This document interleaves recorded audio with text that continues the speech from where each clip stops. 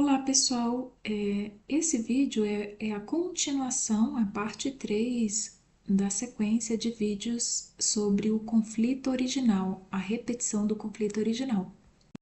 Bom, a repetição do conflito original que se deu lá na primeira infância, que é justamente a diferenciação da parte consciente do inconsciente. Esse conflito ele tende a se repetir em várias fases da vida do homem, do ser humano.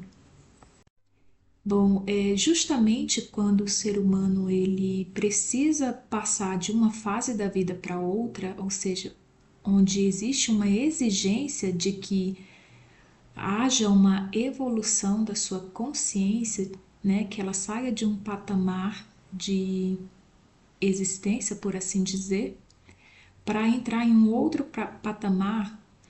É justamente aí que ocorre de novo esse conflito original. O primeiro conflito original, ele ocorre na infância, ou seja, quando há um esforço, né, natural, por assim dizer, da criança se diferenciar dos arquétipos do pai e da mãe, ou seja, da criança criar o seu eu consciente, por assim dizer, o ego, né?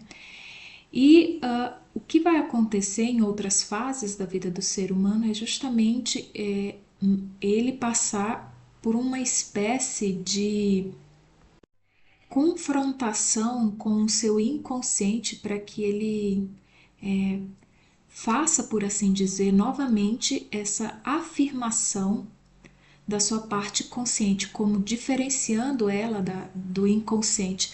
Só que agora o inconsciente ele não assume, por assim dizer, os arquétipos dos pais, né?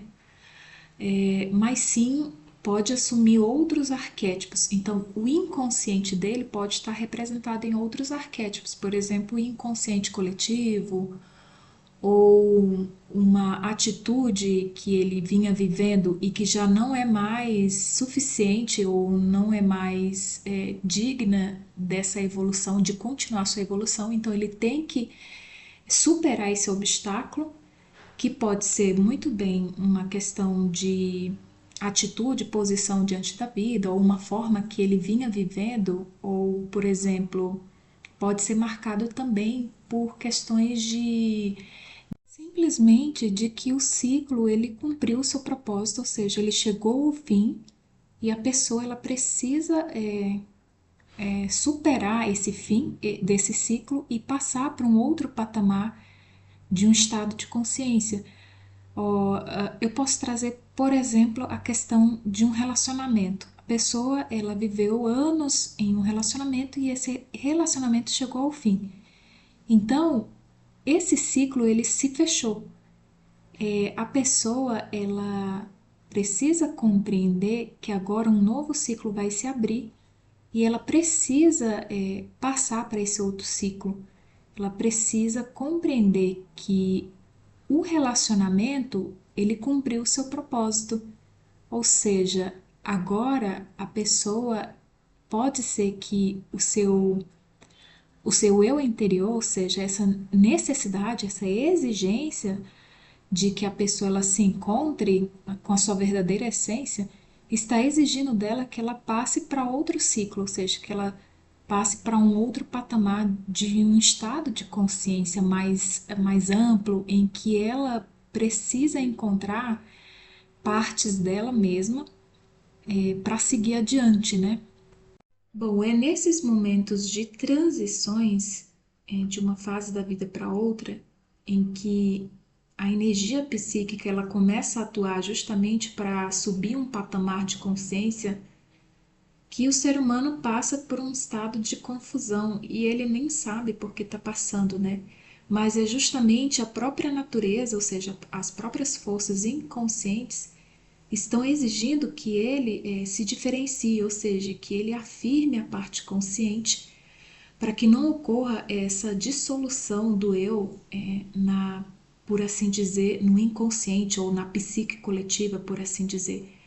Ou seja, que o homem encontre, em última análise, a sua individuação, encontre o seu eu verdadeiro diante de padrões repetidos, por assim dizer.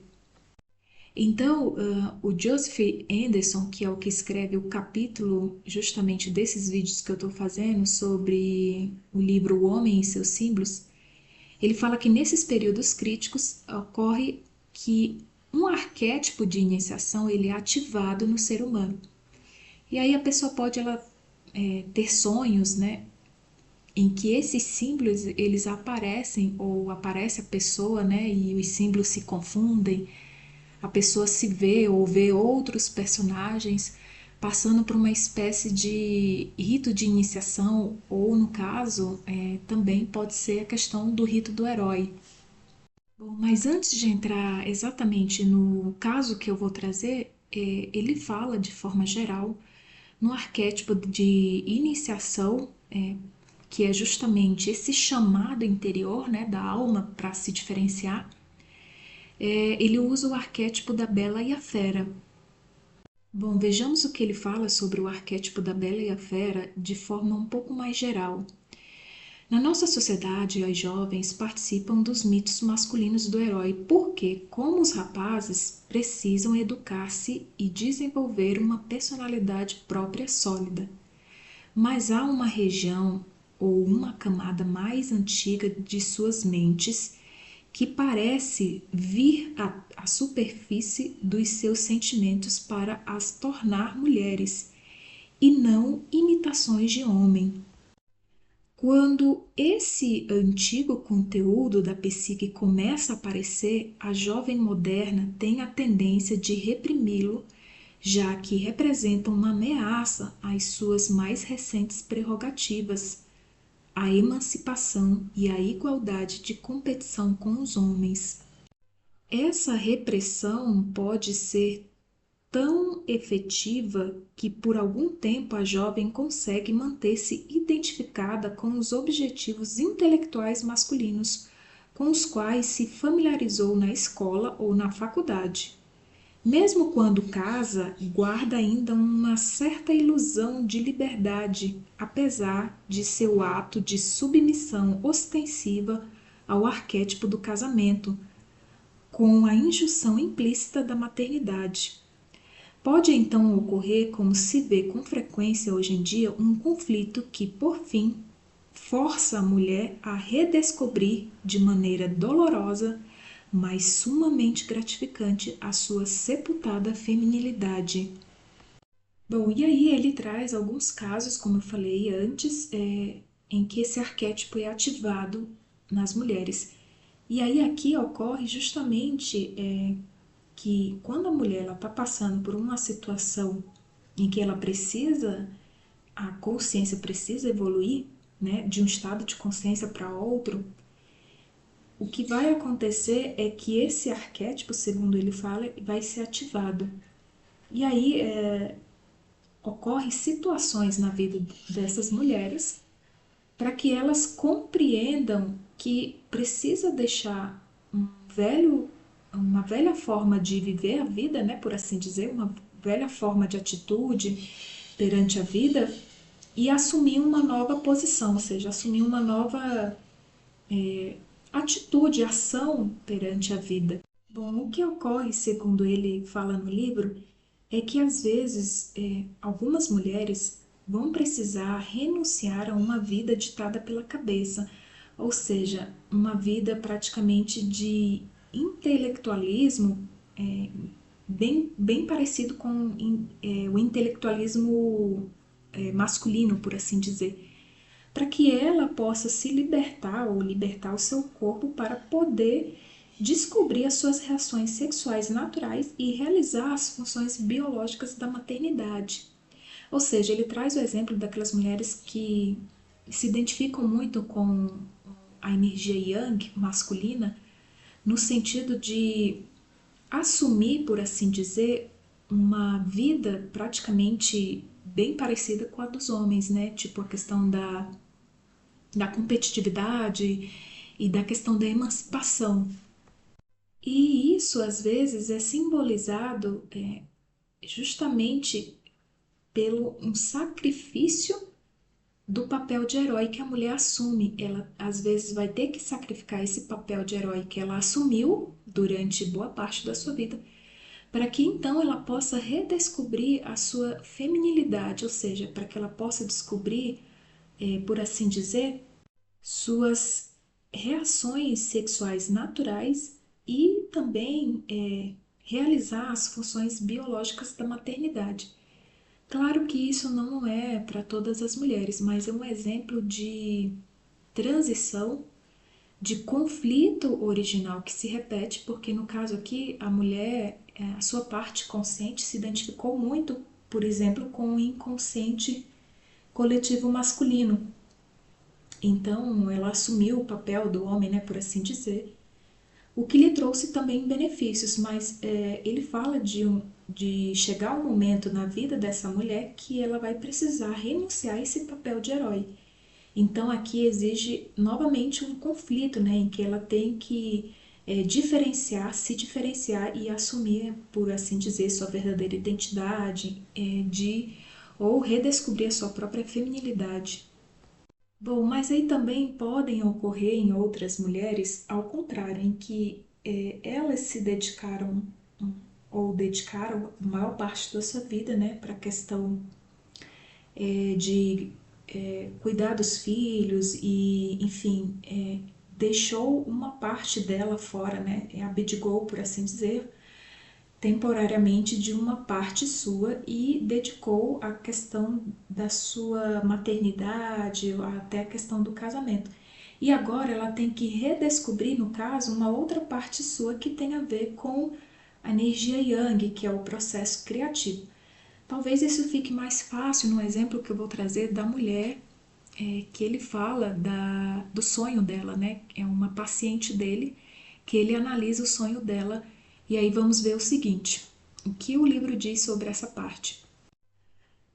No caso de mulheres mais velhas, o tema da fera, aqui voltando ao assunto do arquétipo de iniciação, a Bela e a Fera, né? Ele faz referência. Então, no caso de mulheres mais velhas, o tema da fera pode não indicar uma necessidade de encontrar resposta para uma fixação pessoal, de libertar uma inibição sexual ou ainda qualquer outra significação que o racionalista de espírito psicanalítico possa descobrir no mito. Pode, na verdade, ser a expressão de um certo tipo de iniciação feminina tão significativa no início da menopausa quanto no apogeu da adolescência, e possível de aparecer em qualquer idade em que se verifique um distúrbio entre a natureza e o espírito.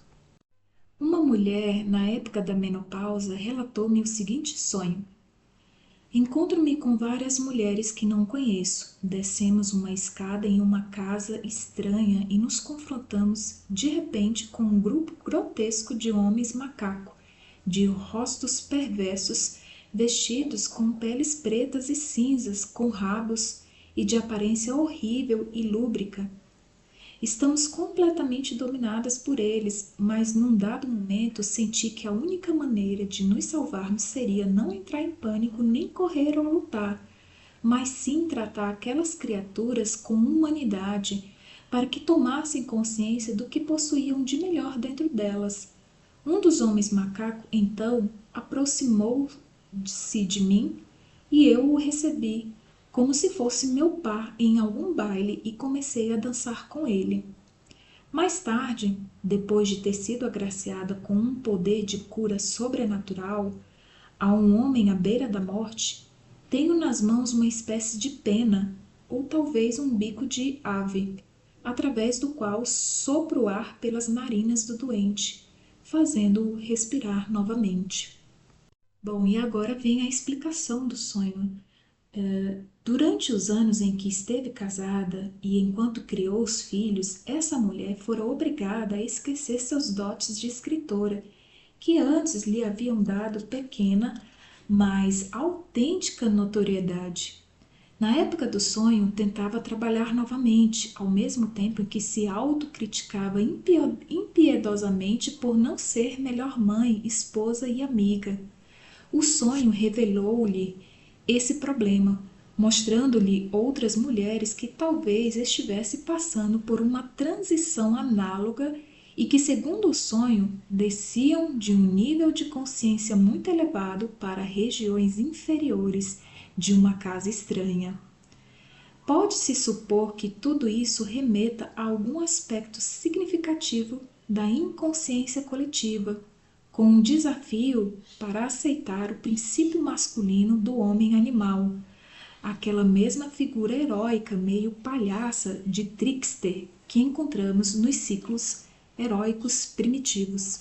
Bom, eu trouxe algumas explicações sobre o trickster, mas ele vale um vídeo também separado porque é bem extenso falar sobre o trickster. Bom, essa figura bastante conhecida, inclusive a gente vê muito em filmes, né, como se fosse o bobo da corte. Ele é como se fosse um reflexo de um estado de consciência ainda primitivo. Segundo Jung fala no livro, se eu não me engano, é Os Arquétipos e o Inconsciente Coletivo, ele fala que o trickster é um ser originário cósmico de natureza divino-animal. Por um lado, superior ao homem graças à sua qualidade sobre-humana e por outro, inferior a ele devido à sua insensatez inconsciente. O trickster é a figura da sombra coletiva, uma soma de todos os traços de caráter inferior. Ou seja, pessoal, é como se o trickster ele representasse um estado de consciência em que a humanidade se encontrava no passado ainda muito primitivo, que vamos dizer assim, que ainda se misturava muito com o inconsciente.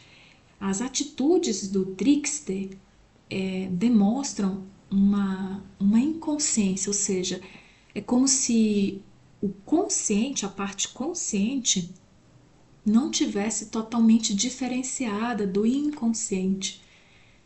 Por isso essa confusão, essa mistura em que a pessoa ela se perde, né? Perde a própria personalidade no inconsciente. E aí ela começa a fazer imitações, enfim, segue padrões, por assim dizer, repetitivos. Bom, o ciclo do malandro, né? Porque o trickster, ele representa esse malandro, né? O ciclo do malandro corresponde ao período de vida mais antigo e menos desenvolvido da humanidade.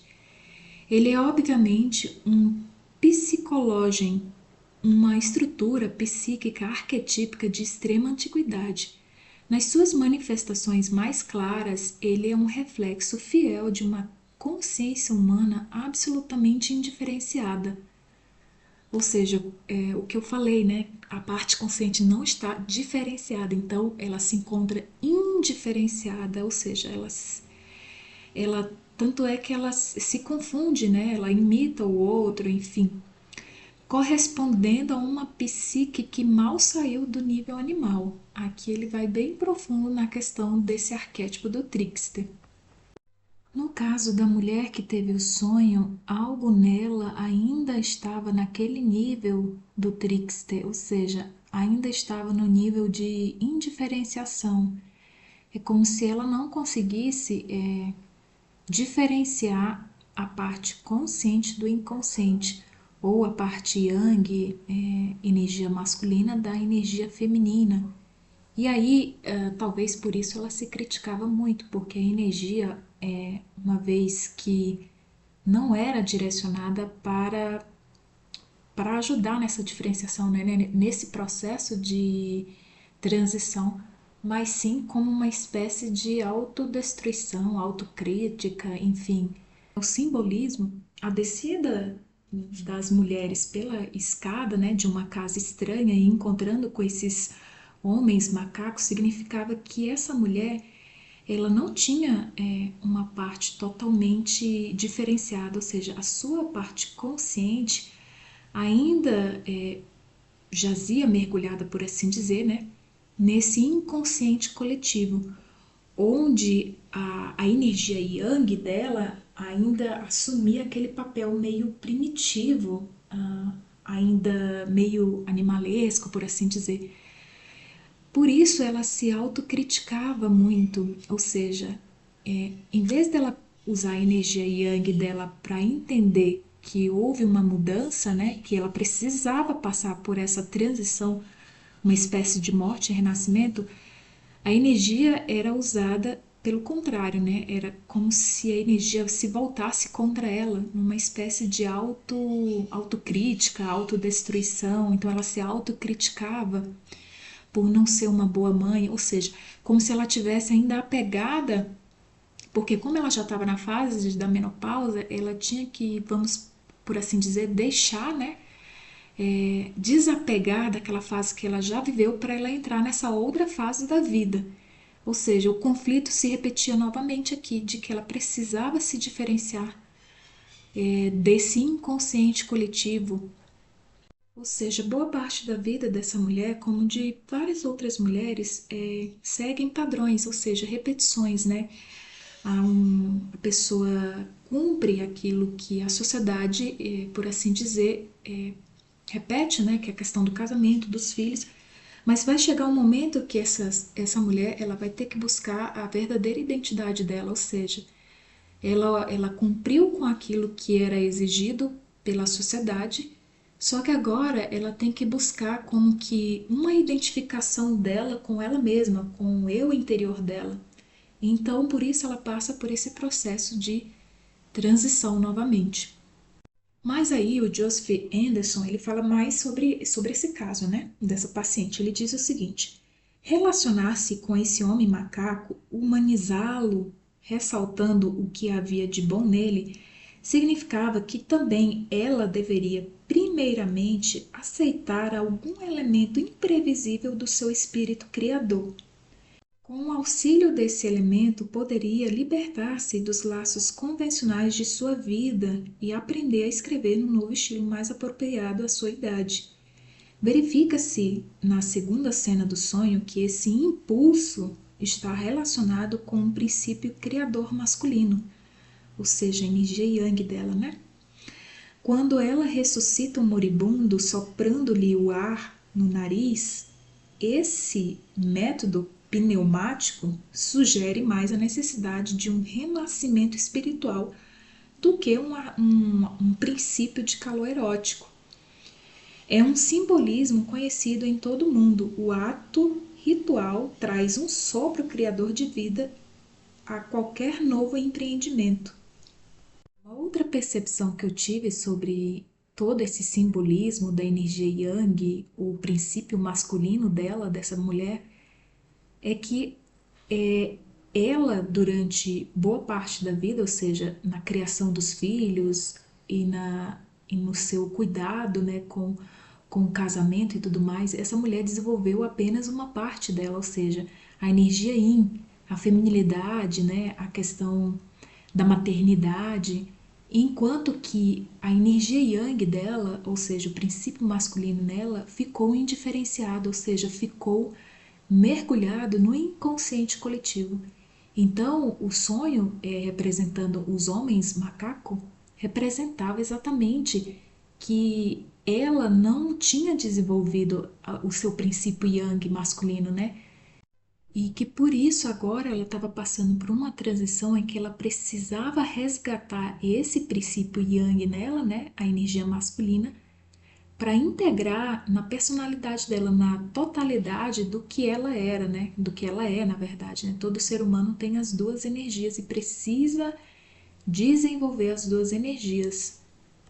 E para fazer o contraste, né, ele traz um terceiro caso aqui, na verdade, agora de uma mulher que precisa conciliar essa energia yang, criativa, né, impulsionadora, com a energia feminina, mais natural, por assim dizer, né? A energia feminina dela. Bom, aí diz o seguinte: o sonho de uma mulher, de uma outra mulher, acentua o aspecto da natureza humana, de a bela e a fera. Bom, esse caso é bem diferente do caso anterior. Essa paciente, pelo contrário, ela conseguiu diferenciar, ou seja, ela conseguiu desenvolver a sua energia yang, o seu princípio masculino, inclusive direcionando para um estado elevado que é a questão da energia criativa masculina. No entanto, o que dá a entender é que ela também tinha desenvolvido a energia Yin dentro dela. Porém, ela não conseguia reconciliar, ou seja, reconhecer as duas naturezas. Elas se mantinham como que separadas, bem opostas uma à outra, né? E não de forma reconciliável, por assim dizer. E aí agora ele conta o sonho. Alguma coisa voa ou é jogada pela janela, parecendo um grande inseto cujas pernas amarelas e pretas rodam em espiral. Depois transforma-se num estranho animal de listras amarelas e pretas, como um tigre, patas de urso que mais parecem mãos e uma face angulosa de lobo.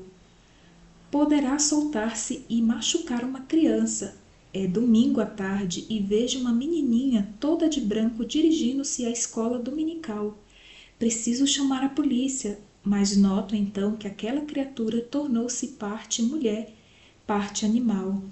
Festeja-me e vejo que deseja ser amada. Sinto-me num clima de conto de fadas ou de sonho e percebo que só a bondade poderá transformá-la. Tento abraçá-la afetuosamente, mas não aguento. Empurro-a, mas com a sensação de que devo conservá-la próxima e habituar-me a ela. Talvez um dia consiga beijá-la. Bom, agora vem a explicação do sonho. Ele diz o seguinte: a situação desse sonho é diferente da do sonho anterior. Essa mulher estivera muito absorvida pela função criadora masculina que havia dentro dela, e isso se tornara uma preocupação compulsiva e cerebral, isto é, longe da terra. Isso a impedira de desempenhar normalmente sua função feminina como esposa.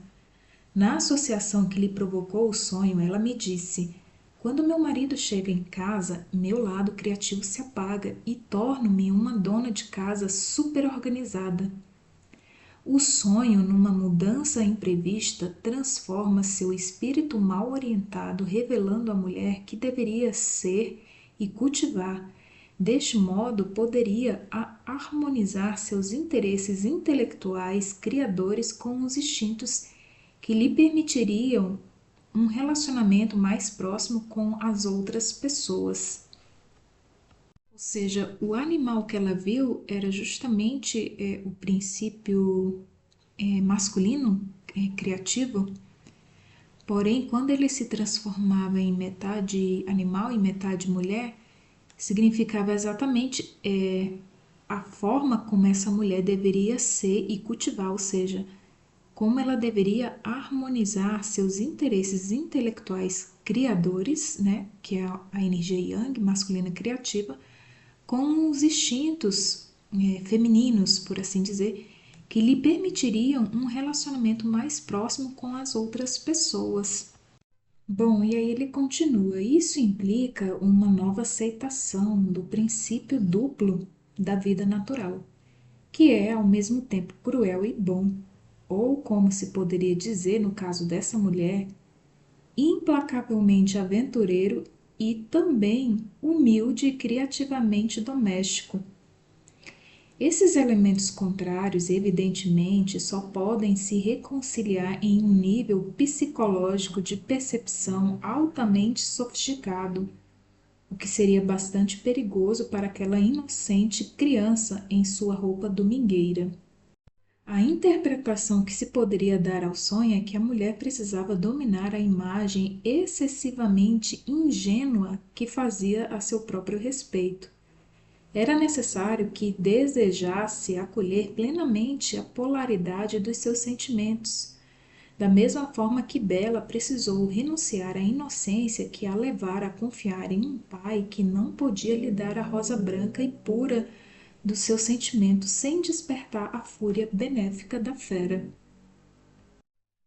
Bom, pessoal, esse era o vídeo falando sobre a repetição, né, do conflito original. Eu trouxe alguns casos, mas o livro tem bem mais casos, exemplos de como que esse renascimento, ou seja, essa morte simbólica, esse renascimento, ele pode surgir como desafios fases, transições que precisam ser ultrapassadas, que precisam ser superadas para que o ser humano ele integre as suas forças, né, a sua, vamos dizer assim, as suas partes, né, o seu eu, o consciente, o inconsciente, e que ele consiga encontrar a sua unidade, por assim dizer, né, a sua individuação, o seu eu.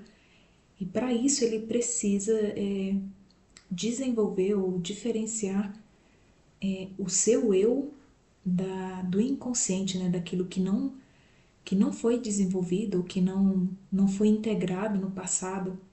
Ou seja, se foi alguma, se a pessoa viveu de alguma forma no passado e agora ela precisa encontrar um novo patamar de consciência, ou seja, ela precisa expandir a consciência para viver a vida sobre uma nova atitude, uma nova posição, então ela vai passar por esses processos de repetição do conflito original, que é justamente essa exigência interior no homem, chamando ele para que ele faça essa diferenciação, né? Que ele se diferencie do inconsciente coletivo e ou então, nesse caso aqui, dessa mulher que reconcilie as suas partes, né, o seu eu, que reconheça a sua polaridade, as suas naturezas, que é a natureza consciente e inconsciente, né? Bom, pessoal, era isso. Finalizando a série desses vídeos sobre o conflito original. Agora a gente se vê nos próximos vídeos. Até breve. Tchau, tchau.